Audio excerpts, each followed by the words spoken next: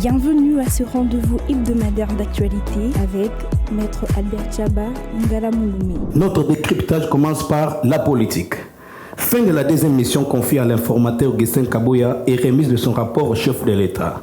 Avis de conformité du règlement intérieur de l'Assemblée nationale par la Cour constitutionnelle avec un réglage de 2 articles, ainsi que la publication des listes des candidats sénateurs, gouverneurs et vice-gouverneurs de province par la CENI. C'était vendredi 29 mars 2024, après le Conseil des ministres, que le formateur Augustin Kabouya a remis son rapport au chef de l'État, et c'était par rapport à la sortie imminente du gouvernement. Comme vous le savez, la première mission de l'informateur était achevée depuis très longtemps et le chef de l'État lui avait demandé d'aller achever le travail avec des réglages très bien fixés. Augustin Kabouya, qui s'est donné à un travail professionnel, est arrivé à la fin de sa mission. Il a remis son rapport au chef de l'État le vendredi dernier. Il s'est refusé de tout commentaire. Il a dit que la primaire et la suite, c'est le chef de l'État qui va en décider. Donc, la nomination du nouveau Premier ministre est très attendue. Candidat à sa propre succession au gouverneur du Kasaï central, John Kabouya est validé pour les prochains scrutins des gouverneurs et vice-gouverneurs par la CENI. Comme on s'y attendait, la candidature de John Kabouya, l'actuel gouverneur de la province de Kasaï central, sa candidature a été maintenue, publiée par cette liste provisoire de la CENI. Et nous signalons ici que par rapport à tous les autres candidats de la province, candidats gouverneurs bien sûr de la province de Kasaï central, John Kabouya est l'unique candidat qui est aligné sur un parti politique. Donc c'est l'IDPS qui aligne John Kabouya pour redevenir gouverneur, alors que la plupart, tous les restes des candidats sont des candidats indépendants.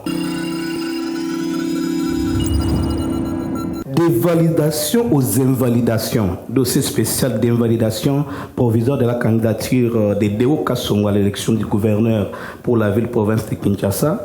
La justice est ainsi interpellée à corriger l'erreur commise par la CENI. En tant que libre penseur, nous pensons que Deo Kassongo a l'intérêt de saisir la justice parce que même peut-être les gens ne le savent pas.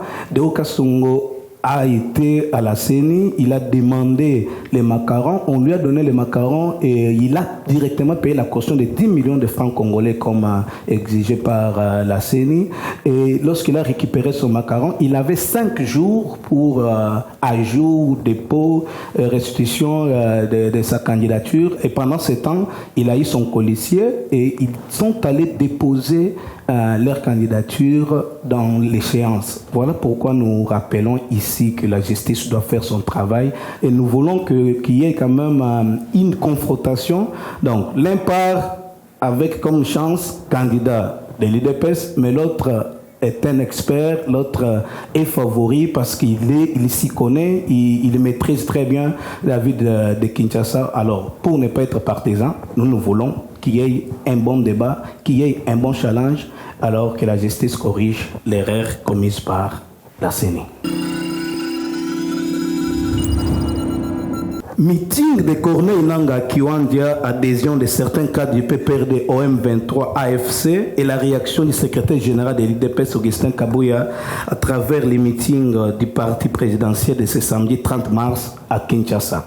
La semaine passée était aussi marquée par cette sortie médiatique de Corneille Nangaa à Rutshuru. Nous sommes dans le territoire de Rutshuru, mais plus précisément dans la cité de Kiwanja, où il a tenu un meeting à côté de certains cadres du PPRD, dont Henri Magie, Yannick Kissola et Adam Tchalo, qui étaient déjà là-bas avant. Et ceci a poussé Augustin Kabouya à organiser une matinée politique le samedi dernier au siège de l'IDPS. Et ce qui est grave, c'est qu'il y a une déclaration très grave. Augustin Kabouya accuse Joseph Kabila d'être des mèches avec les M23. Et il paraîtrait que Joseph Kabila, selon Augustin Kabouya, est sorti du territoire national sans pour autant laisser des traces à la DGM. Donc nous ne savons pas par quelle magie il a quitté le pays. Et Augustin Kabouya, en tout cas, c'est lui qui l'a dit que pour lui, tout ce qui se passe à l'Est, Joseph Kabila en connaît quelque chose. Voilà pourquoi nous demandons à notre justice de faire son travail, de bien saisir cette information afin que qu'on puisse trouver un peu, arrêter ou bien neutraliser tous ceux qui sont à la base des atrocités et tout ce qui se passe à l'est de notre pays. Infrastructure dans notre magazine. À une semaine du début des travaux de construction des routes à intérêt national retenus par la présidence de la République, le gouvernement central et l'APCSC, les Congolais restent vigilants et veulent voir les contrats signés entre la RDC et les groupements des entreprises chinoises se réaliser dans les délais annoncé. Freddy Chembo, c'est de lui qu'il s'agit, le DG de l'APCSC, était reçu par le président public il y a de cela 2 semaines et demie. Il avait annoncé que le chef de l'État avait autorisé qu'en dehors des routes qui étaient retenues, qu'on puisse aussi voir la route Kanana-Kalambambouji, qui est une route d'intérêt national.